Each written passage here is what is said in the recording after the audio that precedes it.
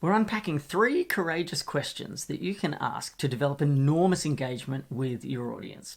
And whether you're standing on stage with a crowd of 100 or you're sitting in a room with just 10 people in a staff meeting, answering these 3 questions and demonstrating the emotional intelligence to navigate the tricky ground that they represent effectively makes you a far more powerful and compelling and engaging communicator and leader. So the first courageous question was, what's wrong with me? The second courageous question was, what's wrong with them? And the final courageous question is, what's wrong with this? This being your message, the thing that you're talking about. What's wrong with it?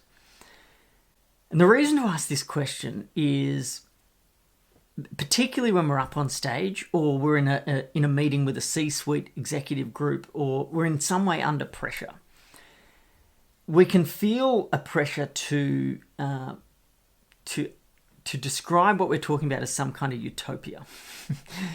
we can feel the pressure to kind of paint it in the best possible light, as though there's nothing wrong with it. It's the best thing ever, and if everybody in the room would just embrace it, then all of our problems would be solved. But of course, we all know, as denizens of the real world, that that's never true. Every solution has associated issues. Everything involves trade-offs and pluses and minuses.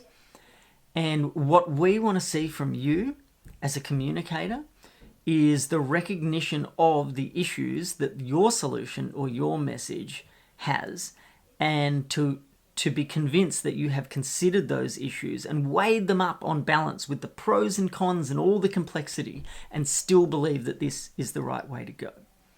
Because the counterfactual to that, what we imagine is true, if we don't hear you tackle the idea of what's wrong with your message, is we imagine that you have failed to recognize that your message has any drawbacks or downsides at all, and that you haven't considered how it could be problematic and what problems it could generate, or how it might not be the perfect solution for every situation.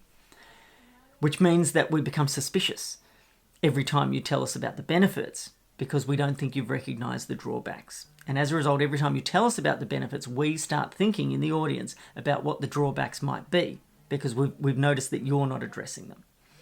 So what's wrong with this invites you to be upfront and honest with the audience and tell them there are pros that this solution offers or that this message contains, and there are cons, and here's what they are.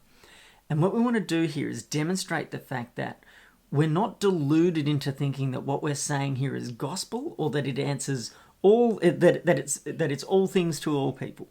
What we're trying to demonstrate is that we know we exist in a messy world where there are good things and there are bad things, and there's light and shade to everything that we interact with. And that you've thought about this deeply for your topic or your solution, whatever it is that you're putting forward.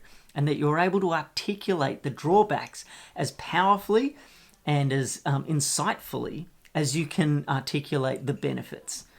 And in doing so, we develop a level of trust with the audience where they come to recognize, okay, this person is an expert. They've truly thought about this. They've considered all the pros and cons and come to the conclusion that this is the right path forward.